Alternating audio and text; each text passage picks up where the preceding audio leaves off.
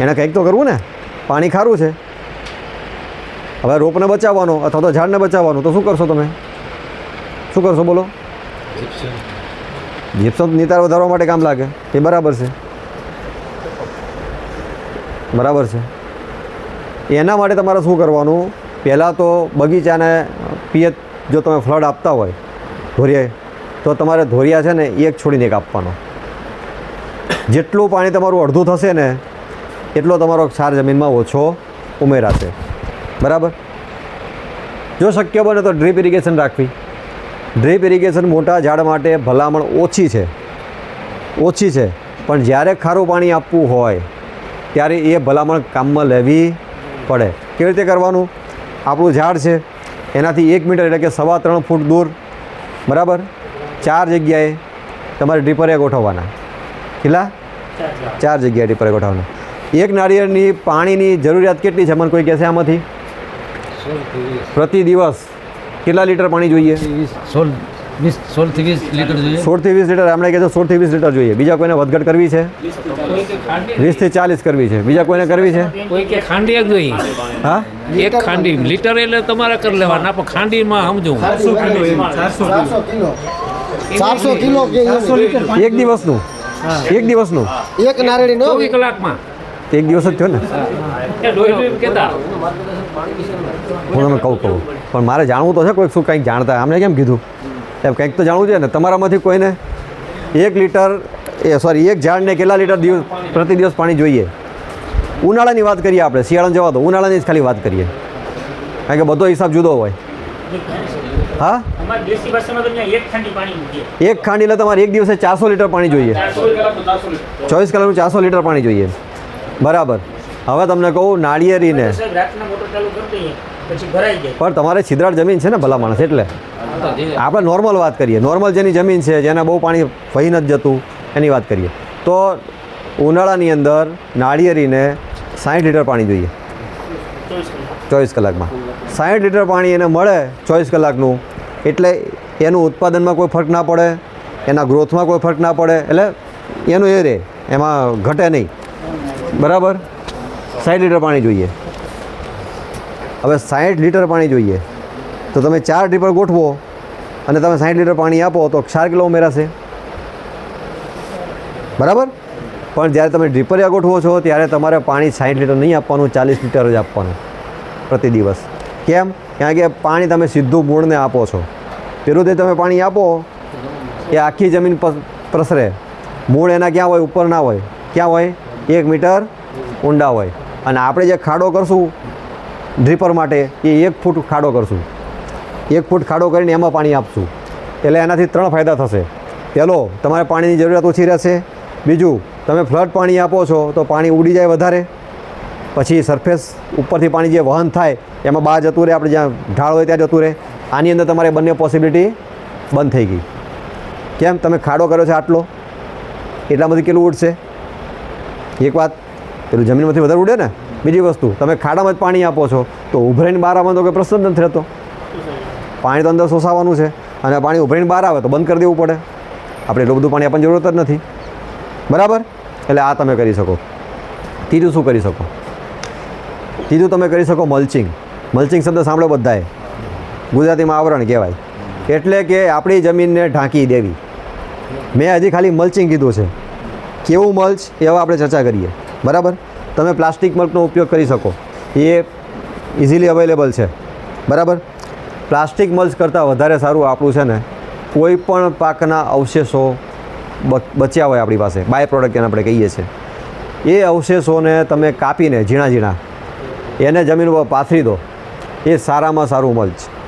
એનાથી 3 ફાયદા થશે, બરાબર. વધારે પણ હોઈ શકે. હું તમને 3 મુખ્ય ફાયદા કહું. પહેલું, તમારી જમીનમાંથી પાણી ઉડતું બચાવશે, એટલે ભેજ જળવાશે, ઓછા પાણીની જરૂરિયાત રહેશે, પાણી બચ્યું. બીજું, કારણ કે તમે આવરણ કરેલું છે એટલે જમીન સીધા સૂર્યપ્રકાશના સંપર્કમાં નહીં આવે, બરાબર. એનાથી પાણી બચશે એક. બીજી વસ્તુ, સૂર્યપ્રકાશના સીધા સંપર્કમાં ના આવે એટલે જે આપણે ઉપયોગી બેક્ટેરિયા અને બીજા બધા જીવજંતુ છે એ બધા આની અંદર એનો વધારો થશે. ખાસ કરીને અળસિયા, કારણ કે અળસિયા છે સૂર્યપ્રકાશ હોય ત્યાં અળસિયા ના આવે. તમારે જો અળસિયા ક્યારે બહાર નીકળશે જમીનની? બે જ કન્ડિશનમાં બહાર નીકળશે. વરસાદમાં પાણી ભરી ગયું એના અંદર જગ્યા રહી નહીં હવા લેવાની, બરાબર, એ કન્ડિશનમાં નીકળશે.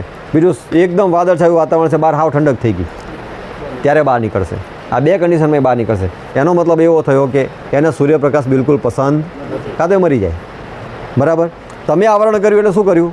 સૂર્યપ્રકાશને સીધો ટાંકી દીધો. એટલે એ જ અળસિયા બિંદાસ તમારા છેક જમીનની ઊંડેથી છેક જમીનની ઉપર આવશે, બરાબર. અને ખાસ જોવું, જે આવરણ કર્યું હશે ત્યાં આવડી આવડી માટીની ગોટીઓ તમને જોવા મળશે, હા બરાબર. એ જે ગોટીઓ છે શું છે? અળસિયાની અગાર છે, બરાબર. અને એ જ હકીકતમાં વર્મી કમ્પોસ્ટ ખાતર કહેવાય. એને જ વર્મી કમ્પોસ્ટ ખાતર કહેવાય. અત્યારે લોકો વર્મી કમ્પોસ્ટ ખાતર જે વેચે છે, કયું વેચે છે ખબર તમને? છાણ ને બધું લીધું, એમાં અળસિયા નાખી દીધા, બરાબર. પછી આપણે છાણિયું ખાતર તો મહિને 1.5 મહિને જેવું ટેમ્પરેચર હોય એ પ્રમાણે સડવાનું જ છે, એટલે એ તો સડવાનું જ છે. વત્તા અળસિયા કામ કરે છે, એટલે એને ભેગું કરીને આપી દીધા કે લો વર્મી કમ્પોસ્ટ ખાતર. હકીકતનું વર્મી કમ્પોસ્ટ ખાતર કોને કહેવાય? અળસિયા જમીનમાં જાય, ઉપર આવે ને ઉપર જે ગોટીઓ થાય ને એ ગોટીઓ લઈ લેવાની હોય, એ અળસિયાનું ખાતર સાચું. હા, આપણે જે અત્યારે વર્મી કમ્પોસ્ટના અળસિયા આપણને મળે છે ને એ વિદેશી છે, બરાબર. એ ટૂંકા હોય, વત્તા એને છાણ જોઈએ, બરાબર. વધારે પડતું છાણ આપો તો મરી જાય, બરાબર. પાણી વધે તો મરી જાય. અને આપણે જે દેશી અળસિયા છે ને એ આપણી પરિસ્થિતિ પ્રમાણે અનુકૂળ થયેલા છે. એ બહુ લાંબા હોય. તમે કદાચ સૌથી લાંબુ અળસિયું આમ સામેથી નીકળે ને તો તમને એમ લાગે કે આપણે હાપોલિયું નીકળ્યું, બરાબર. સાપનો હા, બરાબર. એટલે આપણા દેશી અળસિયા જે વર્મી કમ્પોસ્ટ ખાતર બનાવે ને એ સારામાં સારું. પેલું સારું, ખરાબ નથી, વસ્તુ ખરાબ નથી, પણ પેલું તમારે બહારથી ખરીદવું પડે. આ આપણા પોતાના છે, એનો ઉપયોગ કરો ને, બરાબર. આ આપણે બે જ વાત થઈ ને જીતો. પછી ત્રીજી વાત, અળસિયા આવી ગયા. ત્રીજી વાત એવી છે, આમને સાયલેન્ટ કરી આપો ને ફોન, ના ફાવતો હોય તો. ત્રીજી વાત, હવે તમને એક હું ઘઉંનો બાચકો આપી દઉં, કશું ના આપું, બીજું તમને ઘંટી ના આપું, બરાબર, તમને ગેસ ચૂલો ના આપું, તમે કશું ના આપું. એમ કહું કે આ તમારે ઘઉં ખાવાના, તમે કેવી રીતે ખાશો? એ ખાઈને જીવાશે? નહીં જીવાય. શું કરવું પડે એનું? એને સાફ સફાઈ કરવી પડે, એને દળવા પડે, એનો લોટ બાંધવો પડે, પછી એનો તમે બ્રેડ બનાવો, રોટલી બનાવો, પરાઠા બનાવો કે જે બનાવો એ, બરાબર ને, કે શીરો બનાવો કે જે બનાવો એ કરવું પડે. આ બધી પ્રોસેસ થઈ. કહેવાનો મતલબ કે મેં તમને જે વસ્તુ આપી એ તમે ખાઈ શકવાના નથી, પણ એને અલગ પ્રોસેસમાંથી પસાર કરીને પછી તમે જે બનાવશો એ તમારા માટે કામનું છે. સેમ વસ્તુ આપણી જમીનમાં છે. તમે જે કોઈ યુરિયા, DAP, પોટાશ, આ તે જે કંઈ આપો, એ કોઈ પણ પ્રકારનું ખાતર આપો, સીધું છોડ એને લેવાનો નથી, સિવાય કે તમે વોટર સોલ્યુબલ ડ્રીપથી આપો, વસ્તુ જુદી છે. બાકી જે તમે ખાતર આપો છો, રિંગ કરીને આપો કે ગમે તે રીતે આપો, એ સીધો તમારા છોડને કામ લાગવાનો નથી. તો જેમ તમે ઘઉંમાંથી લોટ બનાવીને રોટલી બનાવીને ખાધું, એમ જમીનની અંદર એક કામ બેક્ટેરિયા કરે, ફૂગ કરે, એક્ટિનોમાઇસિટ્સ કરે, આ બધા અલગ અલગ જીવાણુ છે, આ કરે, બરાબર. તો એની સંખ્યા ન હોય તો શું થાય? એની સંખ્યા ના હોય તો શું થાય? માન લો તમારા ગામની અંદર રોજ તમારે 500 દળણા દળાવવા પડે, એમાં એક જ ઘંટી હોય, તો શું થાય? બરાબર, રોજના 100 થાય, બાકીના 400 રાહ જોવાની. હવે 400નો વારો આવે તો પેલા 100 પાછા તૈયાર થઈ ગયા હોય, એના પતી ગયો હોય ને. તો એ જ વસ્તુ આપણા જમીનમાં થાય છે. આપણે જે કંઈ વસ્તુ આપેલી છે, કારણ કે આપણી જમીનમાં પૂરતા માઇક્રો ઓર્ગેનિઝમ નથી, સૂક્ષ્મ જીવાણુ નથી, એટલે એની જે પ્રોસેસ કરીને એમાંથી જે તત્વ છૂટું પાડવાની પ્રક્રિયા છે ને સ્લો થઈ જાય. એટલે ત્યાં સુધી આવતા તો આપણા છોડને એની કમી વર્તાવા લાગે. એટલે જ્યારે તમે આવરણ કરશો એટલે સૂર્યપ્રકાશ નહીં મળે, ભેજ પૂરતો રહેશે, અને જે આવરણ કર્યું છે ને એ આવરણ એ એનો ખોરાક છે, જીવાણુઓનો એ એનો ખોરાક છે. તમારે જો પાંદડું આમ પડ્યું હોય ને, પાંદડું પડ્યું હોય ને, કોઈ પણ ભલે ઉપરથી સુકાઈ ગયું હોય, તમે આમ કરશો ને તો નીચે ભેજ નીકળશે, બીજી વસ્તુ, ઉપરનું પાંદડું તમને પીળું જ લાગશે, કાં તો લીલું કાં તો પીળું, બરાબર, સુકાઈ ગયું હોય તો પીળું, પણ તમે જેવો નીચેથી આમ કરશો ને તો એ બ્રાઉન કલરનો છે, કાળા કલરનો થઈ ગયો છે. એનો મિનિંગ શું કે એની ઉપર માઇક્રો ઓર્ગેનિઝમ કામ કરી રહ્યા છે, એને ખાઈ રહ્યા છે, એને સડાઈ રહ્યા છે અને એને ખાતરમાં પરિવર્તિત કરી રહ્યા છે. એટલે જ્યારે તમે કોઈ જૈવિક આવરણ કરશો આવું, બરાબર, એટલે એ જે એનો ખોરાક છે ને એ ખોરાક એને મળશે એટલે એની વૃદ્ધિ થશે. અને તમારા જીવાણુની સંખ્યા જેટલી વધારે એટલું સમજો, તમારા ખેતરની અંદર માની લો કે એક ટાઈમ દુકાળ બી પડી ગયો, તમે ખાતર ના આપી શક્યા, તમે પાણી બી પૂરું ના આપી શક્યા, તો એ તમારો છોડ મરશે નહીં જો જીવાણુ વધારે હશે તો. અચ્છા, એ જીવાણુ પાછું ફાયદો શું કરે તમને ખબર છે? જીવાણુની સંખ્યા કેવી રીતે વધે? એને આપણી જેમ બાળક ના થાય, એ ઊભે ઊભો ફાટે અને 2 થાય, એ 2 ના 4 થાય, 4 ના 8 થાય, આમ તમે ડબલ કરતા જાઓ ને, સંખ્યાની ગણતરી પૂરી થઈ જાય, એની પૂરી ના થાય, બરાબર. તો જ્યારે એને પૂરતો ખોરાક મળે, એને પૂરતો ભેજ મળે, એને પૂરું વાતાવરણ મળે એટલે એની સંખ્યા એટલી બધી વધી જાય. પણ એ જે સંખ્યા વધે છે ને એમાં આપણને ફાયદો શું થાય છે? એને પોતાની બોડી બનાવવા માટે કાર્બન અને નાઇટ્રોજન બંને વસ્તુની જરૂરિયાત છે. કાર્બન આપણે જમીનમાં આપ્યો, જે આપણે આવરણ કર્યું ને એમાંથી આપણે એને કાર્બન આપ્યો, એમાં નાઇટ્રોજન નહીં હોય કારણ કે સુકાઈ ગયેલી વસ્તુ છે. તો નાઇટ્રોજન એ હવામાંથી લેશે. ક્યાંથી લેશે? હવામાંથી લેશે ને પોતાની બોડીને 1 ના 2, 2 ના 4, 4 ના 8, 8 ના 10 કરશે, 8 ના 16 કરશે, બરાબર. જ્યારે હવે એ કંઈ અમરતો નથી જ ને, રોજ જેટલા મરે છે ને એટલા જીવે છે, એટલે બને છે. એટલે જે મરે છે ને એની અંદર મેં તમને વાત કરી એમ 10:1 રેશિયો હોવો જોઈએ તો નાઇટ્રોજન તમારા જમીનમાં ટકે. હવે મહત્ત્વની વાત એ છે કે જે બેક્ટેરિયા છે ને એનું બોડી જે બને છે ને એની અંદર કાર્બન ને નાઇટ્રોજનનો રેશિયો, જેને CN રેશિયો કહેવાય, 10:1 જ હોય. એટલે એનો કહેવાનો મતલબ એમ કે જેટલો કાર્બન અંદર બેક્ટેરિયા મરી ગયા ને જેટલો પડ્યો છે એના અનુપાતમાં 10:1 તમારો નાઇટ્રોજન એના બેક્ટેરિયાની બોડીમાં પડ્યો છે. હવે બેક્ટેરિયા મરે છે એટલે એ બેક્ટેરિયા પર પાછા બીજા જીવ એની પર કાર્યવાહી કરીને નાઇટ્રોજન છૂટો પાડે. એ નાઇટ્રોજન કોને મળે? આપણા છોડને મળે. હવે આનું તમને સિમ્પલ ઉદાહરણ આપું. જંગલની અંદર કયો દીકરો ખાતર નાખવા ગયો અને એ જંગલની અંદર પાનખર સિવાયની વાત કરીએ, બરાબર, પાછા અમુક હોશિયાર હશે ને તો પાનખરનું કહેશે.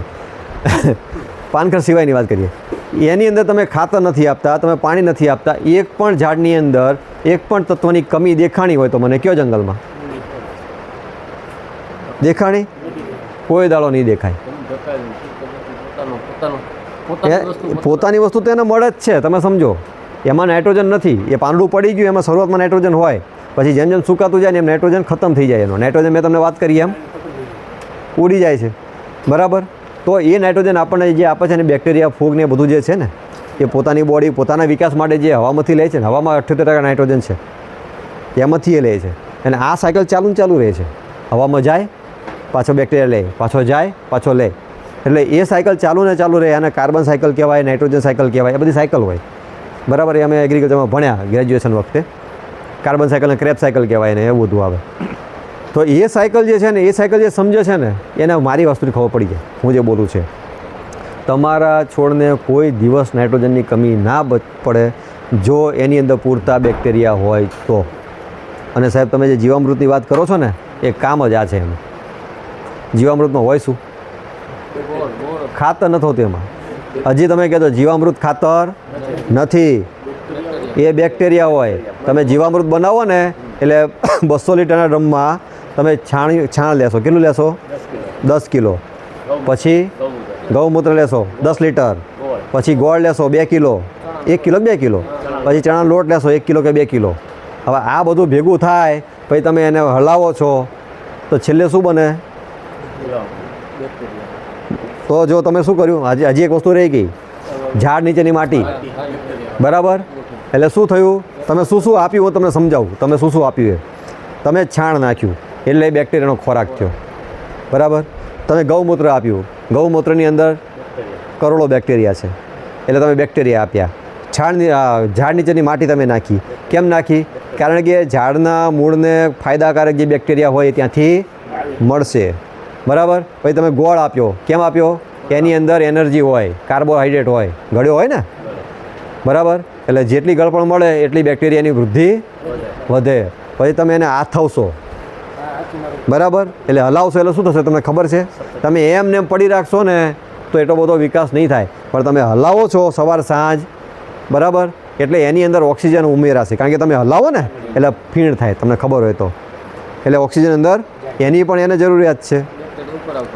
હા, બરાબર. અને પછી જ્યારે તમે એનો ઉપયોગ કરો છો એટલે તમે એ બેક્ટેરિયા નાખો છો જે આપણા માટે ફાયદાકારક છે 90%. એની અંદર 10% પેલા પણ રહેશે હો. જેમ સાહેબે વાત કરી એમ તમે ગમે એટલું કરો જીવાત ખતમ થવાની નથી, એમ ખરાબ બેક્ટેરિયા ખતમ થવાના, એનો બેલેન્સ રહેશે. મોટાભાગના સારા બેક્ટેરિયા છે. જ્યારે તમે એનો ઉપયોગ છોડમાં કરો છો અને એમાં જો પૂરતું સેન્દ્રિય તત્વ છે એટલે તમારે એ સારા બેક્ટેરિયાની વૃદ્ધિ બહુ ફાસ્ટ થશે.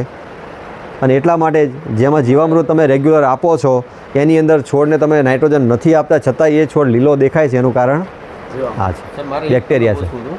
હું પ્રાકૃતિક કરું, મારા હાથમાં પણ મોડલ ફાર્મ છે, હા, અંબુજામાં પણ મોડલ ફાર્મ છે. ઓકે, 10.5 વીઘાનો. હા, અત્યારે મગફળી 7 વીઘાની છે અને 4 વીઘાનો બગીચો છે. હા, તો મારે અત્યારે આવી 1-2 વીઘા 1 થી 2 વીઘામાં આપણે ખાલી ખાવા પૂરતું રાખવું છે, બાકી બીજો બગીચો કરવો છે.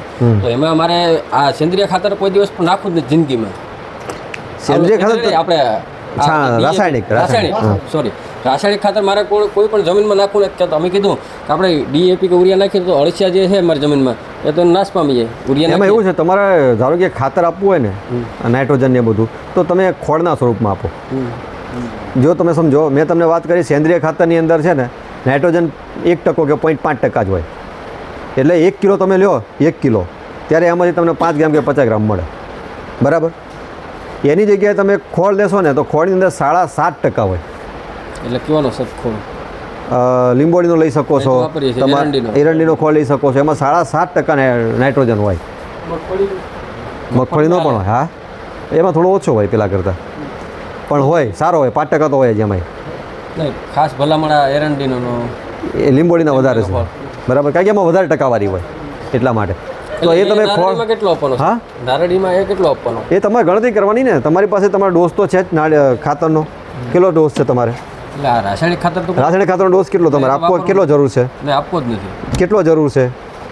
અને રાસાયણિક જવા દો ને, ખાતર તો જોઈશે ને, નાઇટ્રોજન કેટલી જરૂરિયાત છે એટલે આપણે ખબર ન હોય, નથી ખબર. તો તમે અહીંયા છે ને ફોટા પાડી લેજો, બહાર બધાના મૂકેલા છે ડોઝ, કે તમારે દેશીને કેટલો આપવો, હાઇબ્રિડને કેટલો આપવો, તમારી જે લોટણ છે એને કેટલો આપવો, 1 વર્ષની હોય તો કેટલો આપવો, 2 વર્ષની હોય તો કેટલો આપવો, 3 વર્ષની, બધાના ત્યાં છે. એ ફોટા બધા પાડી લેજો ભાઈ, નાળિયેરીવાળા. હા, એની અંદર ભૂલતા નહીં પહેલાં 10 ટન છાણિયું ખાતર, એટલે કે તમારે જો 5 વર્ષથી ઉપરનું ઝાડ થઈ ગયું હોય તો પ્રતિ ઝાડ તમારે 50 કિલો છાણિયું ખાતર આપવું પડશે પ્રતિ ઝાડ વર્ષે. 1 વર્ષનું 100 કિલો આપશો નુકસાન નથી, 50 કિલોથી ઓછું આપશો નુકસાન છે, બરાબર. હવે મારી વાત ઉપર આવું, તમને ખબર પડી ગઈ 50 કિલો આપવાનું છે, વત્તા અમે એમ કહીએ છીએ કે તમારે કેટલા 1.5 કિલો તમારે નાઇટ્રોજન આપવો પડે. 1.5 કિલો નાઇટ્રોજન આપવા માટે હવે તમને ખબર પડી ગઈ કે મારે 7.5% છે ખોળમાં, બરાબર. હવે 7.5% છે એટલે કે તમે 100 કિલો આપો ત્યારે માત્ર 7.5 કિલો મળે. પણ આપણે એ નથી ભૂલતા કે 50 કિલો છાણિયું ખાતર આપી એમાંથી 1% તો મળે જ છે. ખ્યાલ આવ્યો તમને? 50 કિલો તમે આપો છો, કેટલા? 50 કિલો તમે આપો છો એટલે 50 કિલોમાંથી મળે એટલે એમાંથી 50 ગ્રામ તો મળે કે 500 ગ્રામ તો મળે, એ તમે ગણતરી કરી લેવાની. એક આની ગણતરી કરી લેવાની, વાત પતી ગઈ. બીજું તમે આવરણ કરશો એમાંથી મળશે. બાકી તો આપણે અળસિયાનું ખાતર, બાકી અળસિયાનું ખાતર તમે આપો છો વાત પતી ગઈ. અળસિયાના ખાતરની અંદર 2.5% છે, 2.5% છે એમાંય પણ, બરાબર. તમે જીવામૃત બેક્ટેરિયા બરાબર છે. પોટાશ તો આપણી જમીનમાં પુષ્કળ જ છે ઓલરેડી. સૌરાષ્ટ્રની જમીનની અંદર પોટાશ પુષ્કળ છે, ખાલી એને મળવો જોઈએ.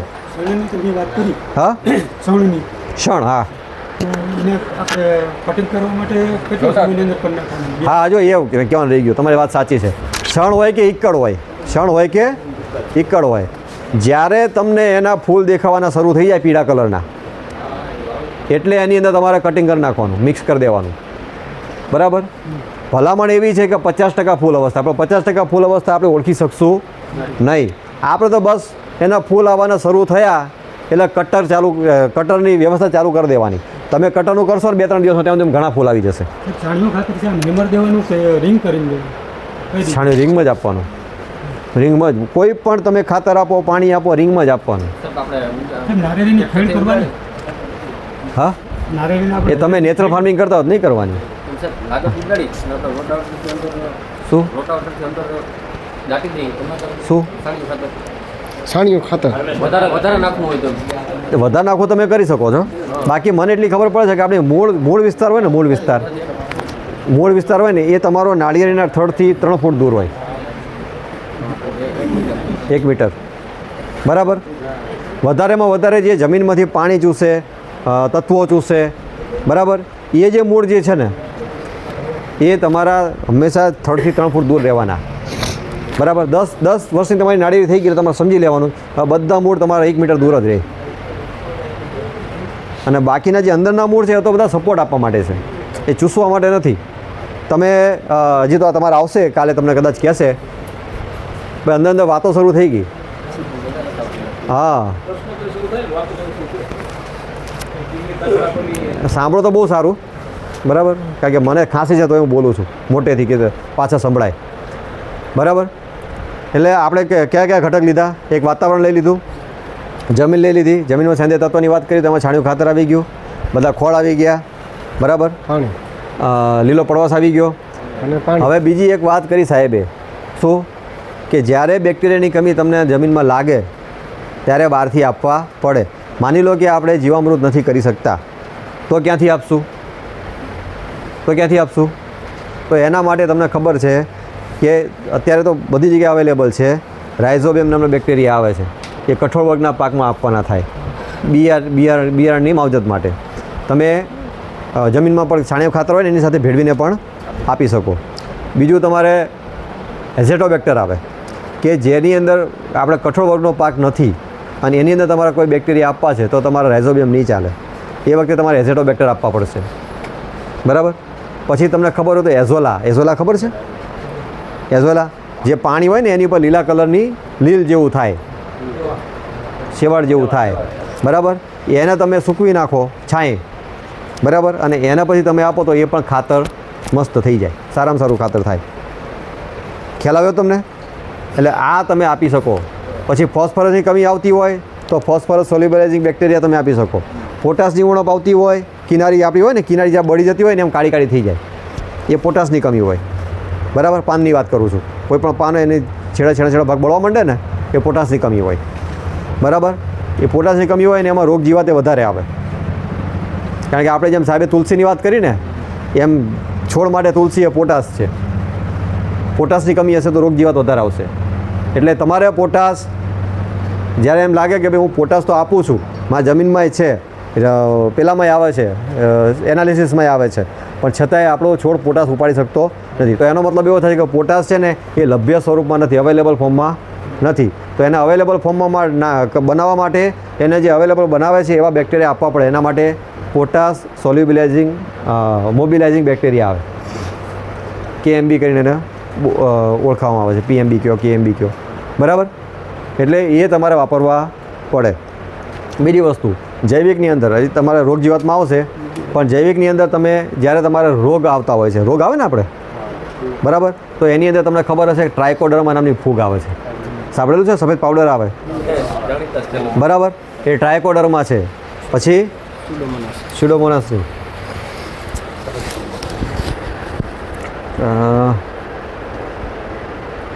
માઇકોરાઇઝા આવે બરાબર, ટ્રાયકોડર્મા છે, માઇકોરાઇઝા. આ બધું જે છે ને એ આપણા જમીનની અંદર જે બીજી નેગેટિવ ફૂગ છે, નેગેટિવ એટલે એ નેગેટિવ નથી, એને ભગવાને જીવવા જ આપેલું છે ને, પણ આપણી ખેતીમાં આપણને નડે છે એટલે આપણા માટે નેગેટિવ છે.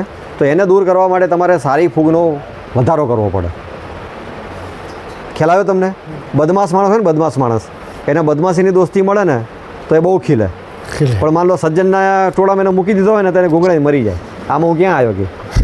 તો એ જ વસ્તુ ત્યાં લાગુ પડે બરાબર. કે જે સારી ફૂગનું તમે પ્રમાણ વધારો ને તો જે ખરાબ ફૂગ છે ને ઓટોમેટિક એની સપ્રેસ થઈ જાય, દબાઈ જાય, ઓછી થઈ જાય. એટલે આ તમારે એક ધ્યાન રાખવાની જરૂર છે. હવે આ બધી મોટાભાગની વાત આવી ગઈ.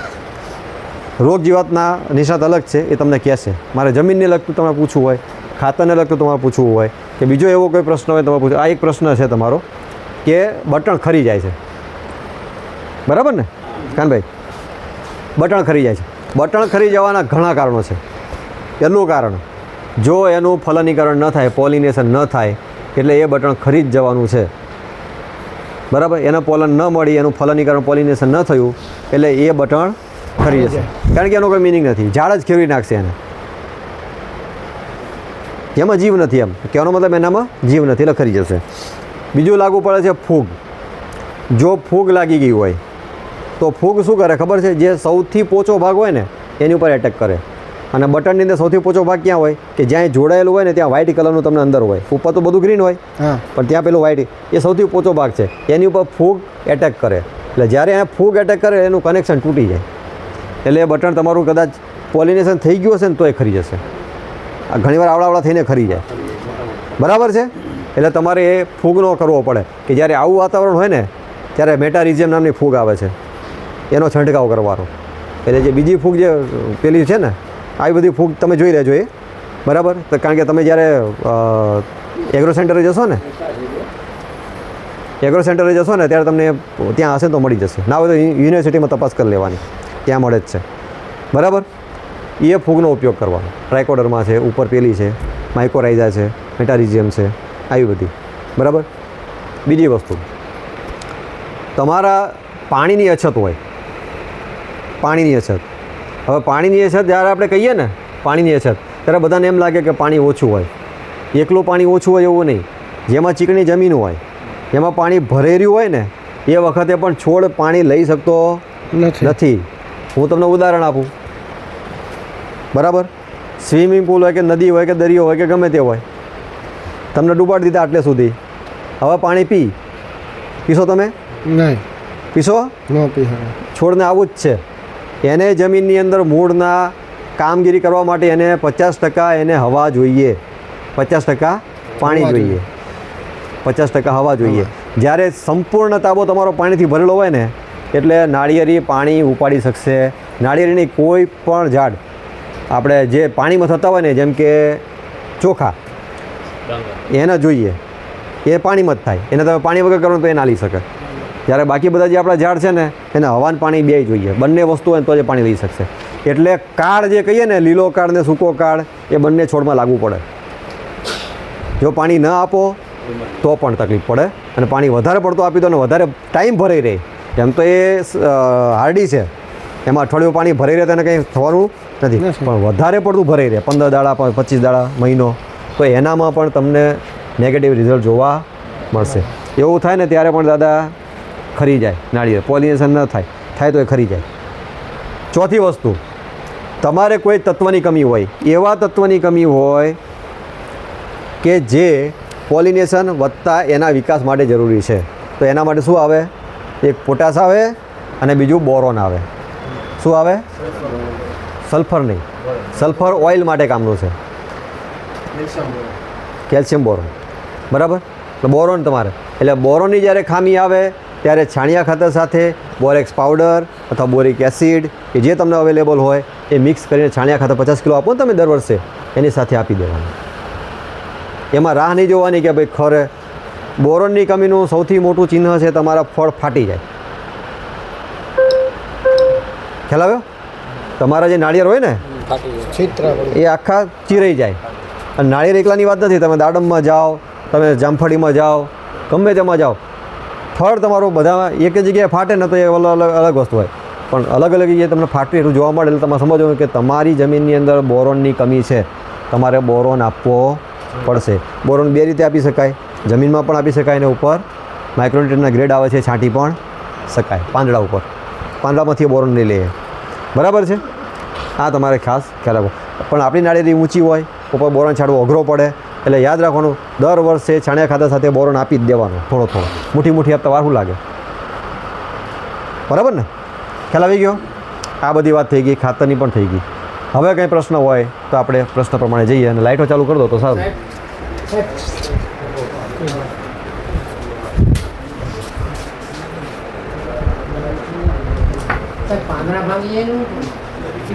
હે? પાંદડા ભાંગી જાય એમ કે? પાંદડા ખરી શું કામ જાય એનું કારણ તમે ગોત્યું? બહુ બધા કારણ છે, બહુ બધા કારણ છે.